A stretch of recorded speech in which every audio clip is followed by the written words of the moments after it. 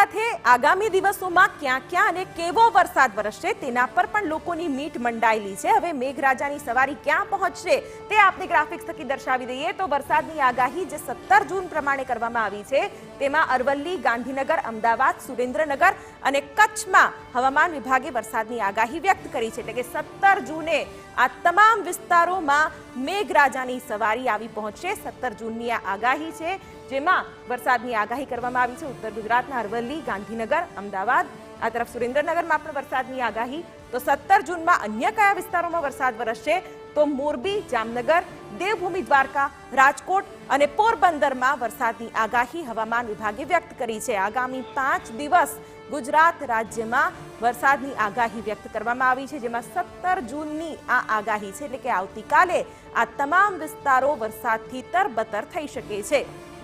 તો અન્ય જિલ્લાઓની વાત કરવામાં આવે તો સૌરાષ્ટ્રમાં આજે પણ મેઘસવારી આવી પહોંચી હતી અને કાલે પણ અહીં વરસાદની આગાહી કરવામાં આવી છે જેમાં જૂનાગઢ, ગીર સોમનાથ, અમરેલી, ભાવનગર અને આણંદમાં પણ વરસાદની આગાહી વ્યક્ત કરવામાં આવી છે। આ તમામ વિસ્તારોમાં વરસાદ વરસશે।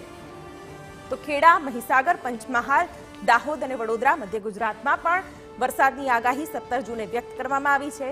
આ વિસ્તારોમાં પણ આવતીકાલે વરસાદી માહોલ છવાઈ શકે છે। કાળઝાળ ગરમી વચ્ચે હવે વરસાદનું આગમન થઈ રહ્યું છે તેની વચ્ચે છોટાઉદેપુર, ભરૂચ, નર્મદા, સુરત અને તાપીના વિસ્તારો એટલે કે દક્ષિણ ગુજરાતમાં પણ વરસાદનો માહોલ રહેશે। સાર્વત્રિક વરસાદની ક્યાંક 17 જૂને આગાહી કરવામાં આવી છે। ડાંગ, નવસારી, વલસાડ આ વિસ્તારોમાં પણ વરસાદની સંભાવના હવામાન વિભાગે વ્યક્ત કરી છે। ત્યારે હાલ તો લોકો રાહ જોઈ રહ્યા છે કે અમારા વિસ્તારોમાં ક્યારે વરસાદ વરસે।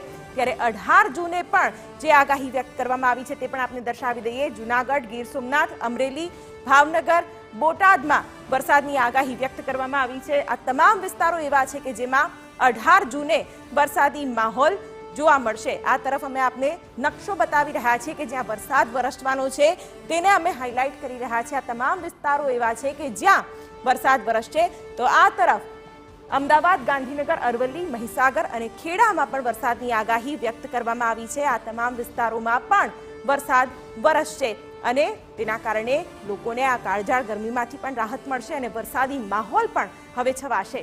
આ તરફ આણંદ, પંચમહાલ, દાહોદ, છોટાઉદેપુર, વડોદરા અને ભરૂચમાં પણ વરસાદની આગાહી વ્યક્ત કરવામાં આવી છે તે પણ અમે આપને નકશા થકી દર્શાવી રહ્યા છીએ। તો નર્મદા, સુરત, તાપી, નવસારી, ડાંગ અને વલસાડ એટલે કે દક્ષિણ ગુજરાતના આ વિસ્તારોમાં પણ વરસાદની સંભાવના હવામાન વિભાગે વ્યક્ત કરી છે। 18 જૂને આ તમામ વિસ્તારોમાં પણ વરસાદનું આગમન થશે।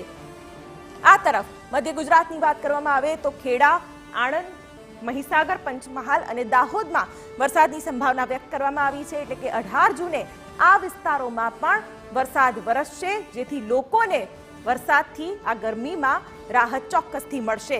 તો 18 જૂને વડોદરા, ભરૂચ, નર્મદા, છોટાઉદેપુર અને સુરતમાં પણ વરસાદની આગાહી વ્યક્ત કરવામાં આવી છે। એટલે કે આ વિસ્તારોમાં પણ વરસાદનું આગમન થશે અને સતત આગામી દિવસોમાં વરસાદનું માહોલ બનેલો રહેશે। તો તાપી, ડાંગ, નવસારી, વલસાડ અને જૂનાગઢમાં પણ વરસાદનું આગમન થશે અને આ વિસ્તારોમાં પણ 18મી જૂને હવામાન વિભાગે વરસાદની આગાહી વ્યક્ત કરી છે। તો 18 જૂને અમરેલી, ભાવનગર, ગીર સોમનાથમાં પણ વરસાદ વરસશે અને આ તમામ જે વિસ્તારો છે ત્યાં પણ ખેડૂતોને પણ એક આશ બંધાઈ છે કે સારો વરસાદ વરસે। ત્યારે તોફાની મિજાજમાં જે ચોમાસું આવી પહોંચ્યું છે તેને લઈને હવે આ તમામ વિસ્તારોમાં વરસાદનું આગમન હવે શક્ય છે।